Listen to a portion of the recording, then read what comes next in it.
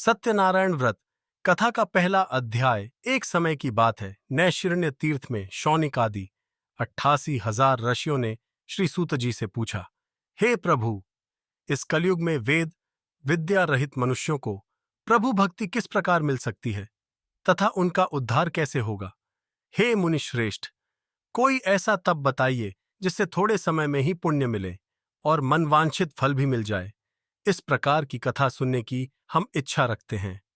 सर्वशास्त्रों के ज्ञाता सूत जी बोले, हे वैष्णवों में पूज्य, आप सभी ने प्राणियों के हित की बात पूछी है, इसलिए मैं एक ऐसे श्रेष्ठ व्रत को आप लोगों को बताऊंगा जिसे नारद जी ने लक्ष्मी नारायण जी से पूछा था और लक्ष्मीपति ने मनिश्रेष्ठ नारद जी से कहा था।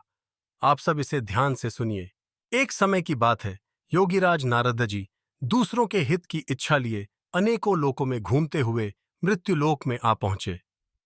यहां उन्होंने अनेक योनियों में जन्मे प्राय सभी मनुष्य को अपने कर्मों द्वारा अनेकों दुखों से पीड़ित देखा।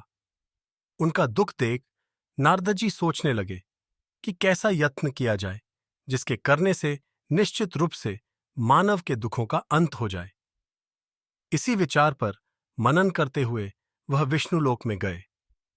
वहां वह देवों के ईश नारायण की स्तुति करने लगे, जिनके हाथों में शंख, चक्र, गदा और पद्म थे, गले में वरमाला पहने हुए थे।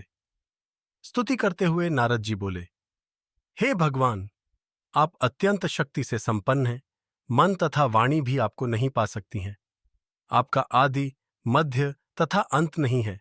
निर्गुण स्वरूप सृष्टि के कारण भक्तों के दुख को दूर करने वाले हैं।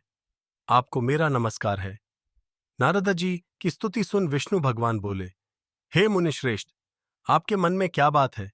आप किस काम के लिए पधारे हैं? उसे संकोच कहो।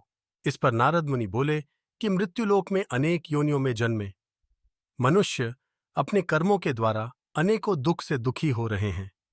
हे नाथ, आप मुझ पर दया रखते हैं तो बताइए कि वो मनुष्य थोड़े प्रयास से ही अपने दुखों से कैसे छुटकारा पा सकते हैं। श्रीहरि बोले, हे नारद, मनुष्यों की भलाई के लिए तुमने बहुत अच्छी बात पूछी है। जिसके करने से मनुष्य मोह से छूट जाता है, वह बात मैं कहता हूं, उसे सुनो। स्वर्गलोक व पशुपही मृत्युलोक दोनों में एक दुर्लभ उत्तम व्रत है जो पुण्य देने वाला है। आज प्रेमवश होकर मैं उसे तुमसे कहता हूं। श्री सत्यनारायण भगवान का यह व्रत अच्छी तरह विधानपूर्वक करके मनुष्य तुरंत ही यहां सुख भोग कर मरने पर मोक्ष पाता है। श्रीहरि के वचन सुन नारद जी बोले कि उस व्रत का फल क्या है और उसका विधान क्या है। यह व्रत किसने किया था? इस व्रत को किस दिन करना चाहिए? सभी कुछ विस्तार से बताएं। नारद की बात सुनकर श्रीहरि बोले, दुख व शोक को दूर करने वाला यह सभी स्थानों पर विजय दिलाने वाला है। मानव को भक्ति व श्रद्धा के साथ शाम को श्री सत्यनारायण की पूजा धर्म परायण होकर ब्राह्मणों व बंधुओं के साथ करनी चाहिए। भक्ति भाव से ही नैवेद्य, केले का फल, घी, दूध और गेहूं का आटा सवाया लें। गेहूं के स्थान पर साठी का आटा, शक्कर तथा गुड़ लेकर वह सभी भी आम को शाम सभी भक्षण योग्य पदार्थों को मिलाकर भगवान का भोग लगाएं। ब्राह्मणों सहित बंधु बांधवों को भी भोजन कराएं। उसके बाद स्वयं भोजन करें। भजन कीर्तन के साथ भगवान की भक्ति में लीन हो जाएं।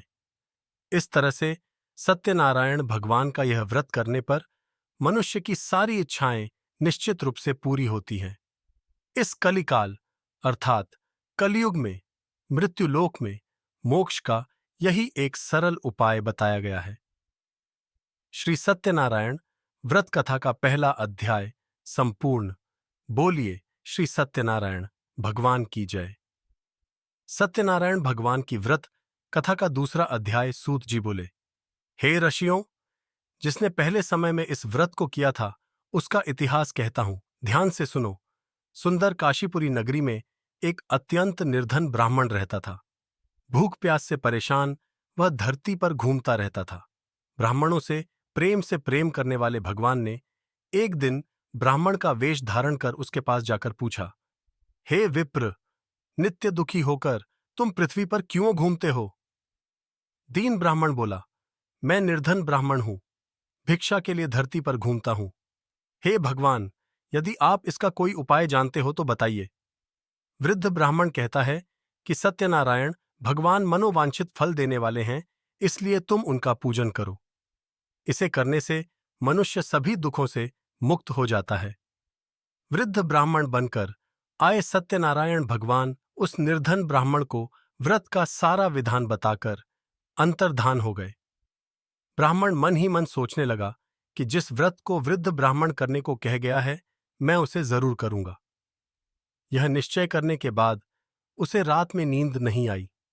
वह सवेरे उठकर सत्यनारायण भगवान के व्रत का निश्चय कर भिक्षा के लिए चला गया। उस दिन निर्धन ब्राह्मण को भिक्षा में बहुत धन मिला, जिससे उसने बंधु बांधवों के साथ मिलकर श्री सत्यनारायण भगवान का व्रत संपन्न किया। भगवान सत्यनारायण का व्रत संपन्न करने के बाद वह निर्धन ब्राह्मण सभी दुखों से छूट गया और अनेक प्रकार की संपत्तियों से युक्त हो गया। उसी समय से यह ब्राह्मण हर माह इस व्रत को करने लगा। इस तरह से सत्यनारायण भगवान के व्रत को जो मनुष्य करेगा, वह सभी प्रकार के पापों से छूटकर मोक्ष को प्राप्त होगा। जो मनुष्य इस व्रत को करेगा, वह भी सभी दुखों से मुक्त हो जाएगा। सूत जी बोले कि इस तरह से नारद जी से नारायण जी का कहा हुआ श्री सत्यनारायण व्रत को मैंने तुमसे कहा। हे विप्रो, मैं अब और क्या कहूं? ऋषि बोले, हे मुनिवर, संसार में उस विप्र से सुनकर और किस किसने इस व्रत को किया, हम सब इस बात को सुनना चाहते हैं। इसके लिए हमारे मन में श्रद्धा का भाव है। सूत जी बोले, हे मुनियों, जिस जिसने इस व्रत को किया है वे सब सुनो।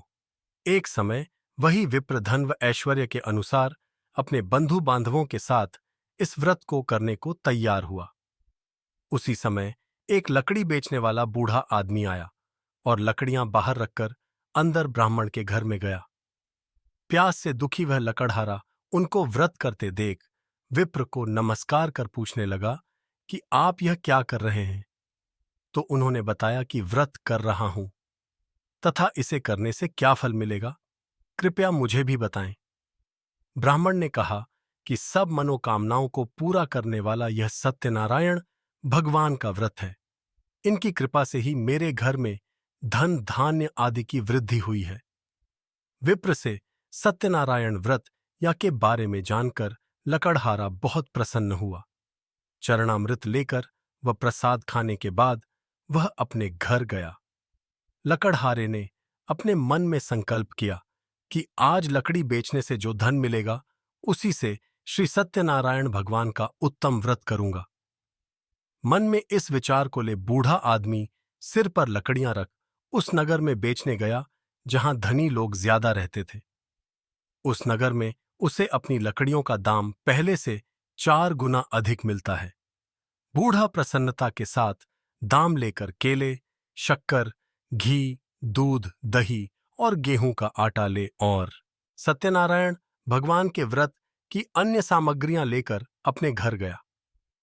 वहां उसने अपने बंधु बांधवों को बुलाकर विधि विधान से सत्यनारायण भगवान का पूजन और व्रत किया। इस व्रत के प्रभाव से वह बूढ़ा लकड़हारा धनपुत्र आदि से युक्त होकर संसार के समस्त सुख भोग अंतकाल में बैकुंठ धाम चला गया।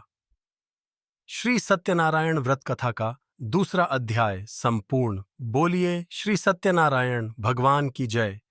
सत्यनारायण भगवान की व्रत कथा का तीसरा अध्याय। सूत जी बोले, हे श्रेष्ठ मुनियों, अब आगे की कथा कहता हूं। पहले समय में उल्कामुख नाम का एक बुद्धिमान राजा था। वह सत्यवक्ता और जितेंद्रिय था। प्रतिदिन देव स्थानों पर जाता और निर्धनों को धन देकर उनके कष्ट दूर करता था। उसकी पत्नी कमल के समान मुख वाली तथा सती साध्वी थी। भद्रशीला नदी के तट पर उन दोनों ने श्री सत्यनारायण भगवान का व्रत किया। उसी समय साधु नाम का एक वैश्य आया। उसके पास व्यापार करने के लिए बहुत सा धन भी था। राजा को व्रत करते देखकर वह विनय के साथ पूछने लगा, हे राजन, भक्तिभाव से पूर्ण होकर आप यह क्या कर रहे हैं? मैं सुनने की इच्छा रखता हूं, तो आप मुझे बताएं। राजा बोला, हे साधु, अपने बंधु बांधवों के साथ पुत्रादि की प्राप्ति के लिए एक महाशक्तिमान श्री सत्यनारायण भगवान का व्रत व पूजन कर रहा हूं। राजा के वचन सुन साधु आदर से बोला, हे राजन, मुझे इस व्रत का सारा विधान कहिए। आपके कथनानुसार मैं भी इस व्रत को करूंगा। मेरी भी संतान नहीं है और इस व्रत को करने से निश्चित रूप से मुझे संतान की प्राप्ति होगी। राजा से व्रत का सारा विधान सुन व्यापार से निवृत्त हो वह अपने घर गया। साधु वैश्य ने अपनी पत्नी को संतान देने वाले इस व्रत का वर्णन कह सुनाया और कहा कि जब मेरी संतान होगी तब मैं इस व्रत को करूंगा। साधु ने इस तरह के वचन अपनी पत्नी लीलावती से कहे। एक दिन लीलावती पति के साथ आनंदित हो सांसारिक धर्म में प्रवृत्त होकर सत्यनारायण भगवान की कृपा से गर्भवती हो गई। 10वें महीने में उसके गर्भ से एक सुंदर कन्या ने जन्म लिया। दिनों दिन वह ऐसे बढ़ने लगी जैसे कि शुक्ल पक्ष का चंद्रमा बढ़ता है। माता पिता ने अपनी कन्या का नाम कलावती रखा।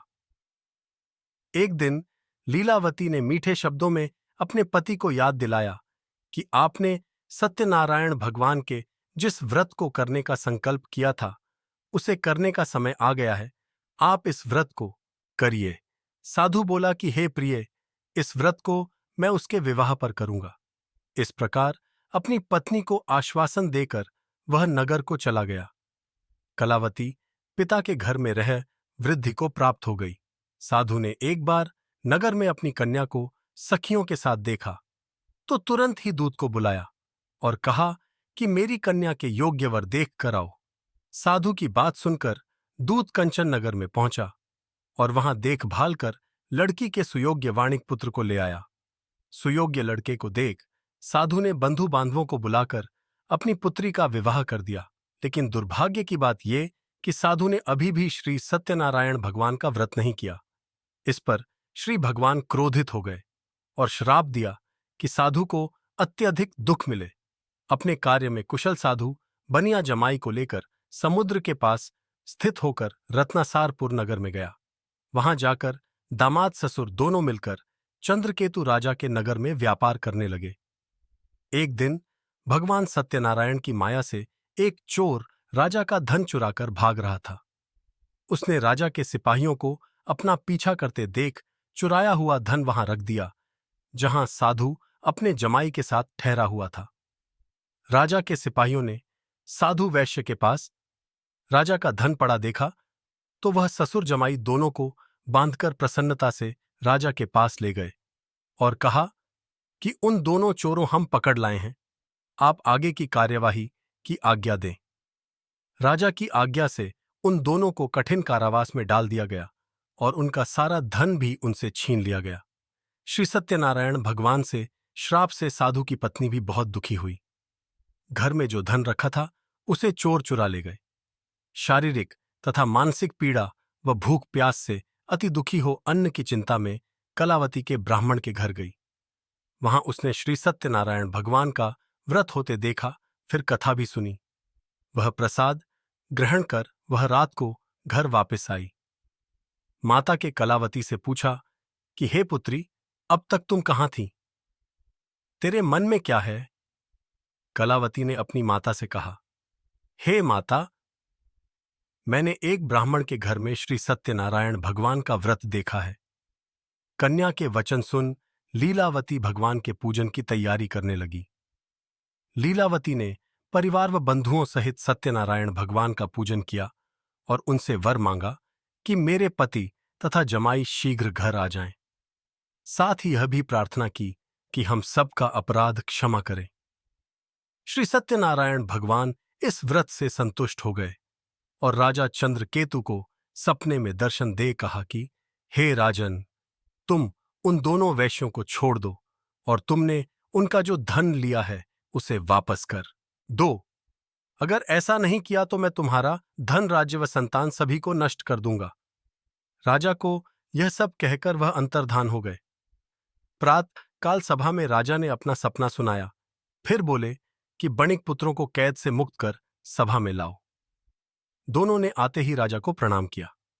राजा मीठी वाणी में बोला, हे महानुभावों, भाग्यवश ऐसा कठिन दुख तुम्हें प्राप्त हुआ है, लेकिन अब तुम्हें कोई भय नहीं है। ऐसा कह राजा ने उन दोनों को नए वस्त्राभूषण भी पहनाए और जितना धन उनका लिया था उससे दुगुना धन वापस कर दिया। दोनों वैश्य अपने घर को चल दिए। श्री सत्यनारायण व्रत कथा का 3रा अध्याय संपूर्ण। बोलिए श्री सत्यनारायण भगवान की जय। सत्यनारायण भगवान की व्रत कथा का 4था अध्याय। सूत जी बोले, वैश्य ने मंगलाचार कर अपनी यात्रा आरंभ की और अपने नगर की ओर चल दिए। उनके थोड़ी दूर जाने पर एक दंडी वेशधारी श्री सत्यनारायण ने उनसे पूछा, हे साधु, तेरी नाव में क्या है? अभिवाणी वणिक हंसता हुआ बोला, हे दंडी, आप क्यों पूछते हो? क्या धन लेने की इच्छा है? मेरी नाव में तो बेल व पत्ते भरे हुए हैं। वैश्य के कठोर वचन सुन भगवान बोले, तुम्हारा वचन सत्य हो। दंडी ऐसे वचन कह वहां से दूर चले गए। कुछ दूर जाकर समुद्र के किनारे बैठ गए। दंडी के जाने के बाद साधु वैश्य ने नित्य क्रिया के पश्चात नाव को ऊंची उठते देखकर अचंभा माना और नाव में बेल पत्ते आदि देख वह मूर्छित हो जमीन पर गिर पड़ा। मूर्छा खुलने पर वह अत्यंत शोक में डूब गया। तब उसका दामाद बोला कि आप शोक न मनाएं, यह दंडी का शाप है, इसलिए हमें उनकी शरण में जाना चाहिए, तभी हमारी मनोकामना पूरी होगी। दामाद की बात सुनकर वह दंडी के पास पहुंचा और अत्यंत भक्तिभाव नमस्कार करके बोला, मैंने आपसे जो जो असत्य वचन कहे थे उनके लिए मुझे क्षमा दें।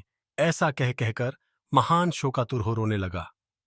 तब दंडी भगवान बोले, हे वणिक पुत्र, मेरी आज्ञा से बार बार तुम्हें दुख प्राप्त हुआ है। तू मेरी पूजा से विमुख हुआ। साधु बोला, हे भगवान, आपकी माया से ब्रह्मा आदि देवता भी आपके रूप को नहीं जानते, तब मैं अज्ञानी कैसे जान सकता हूं? आप प्रसन्न होइए। अब मैं सामर्थ्य के अनुसार आपकी पूजा करूंगा। मेरी रक्षा करो और पहले के समान नौका में धन भर दो। साधु वैश्य के भक्तिपूर्वक वचन सुनकर भगवान प्रसन्न हो गए और उसकी इच्छानुसार वरदान देकर अंतर्धान हो गए। ससुर जमाई जब नाव पर आए तो नाव धन से भरी हुई थी। फिर वहीं अपने अन्य साथियों के साथ सत्यनारायण भगवान का पूजन कर अपने नगर को चल दी। जब नगर के नजदीक पहुंचे तो दूत को घर पर खबर करने के लिए भेज दिया। दूत साधु की पत्नी को प्रणाम कर कहता है कि मालिक अपने दामाद सहित नगर के निकट आ गए हैं। दूत की बात सुन साधु की पत्नी लीलावती ने बड़े हर्ष के साथ सत्यनारायण भगवान का पूजन कर अपनी पुत्री कलावती से कहा कि मैं अपने पति के दर्शन को जाती हूं, तू कार्य पूर्ण कर शीघ्र आ जा। माता के ऐसे वचन सुन कलावती जल्दी में प्रसाद छोड़ अपने पति के पास चली गई। प्रसाद की अवज्ञा के कारण श्री सत्यनारायण भगवान रुष्ट हो गए और नाव सहित उसके पति को पानी में डुबो दिया।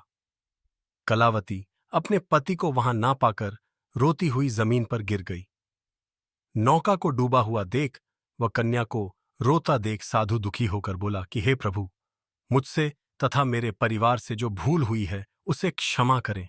साधु के दीन वचन सुनकर श्री सत्यनारायण भगवान प्रसन्न हो गए और आकाशवाणी हुई, हे साधु, तेरी कन्या मेरे प्रसाद को छोड़कर आई है, इसलिए उसका पति अदृश्य हो गया है। यदि वह घर जाकर प्रसाद खाकर लौटती है तो इसे इसका पति अवश्य मिलेगा। ऐसी आकाशवाणी सुन कलावती घर पहुंचकर प्रसाद खाती है और फिर आकर अपने पति के दर्शन करती है। उसके बाद साधु अपने बंधु बांधवों सहित श्री सत्यनारायण भगवान का विधि विधान से पूजन करता है।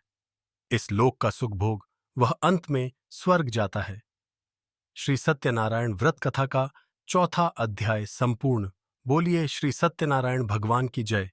सत्यनारायण भगवान की व्रत कथा का 5वां अध्याय।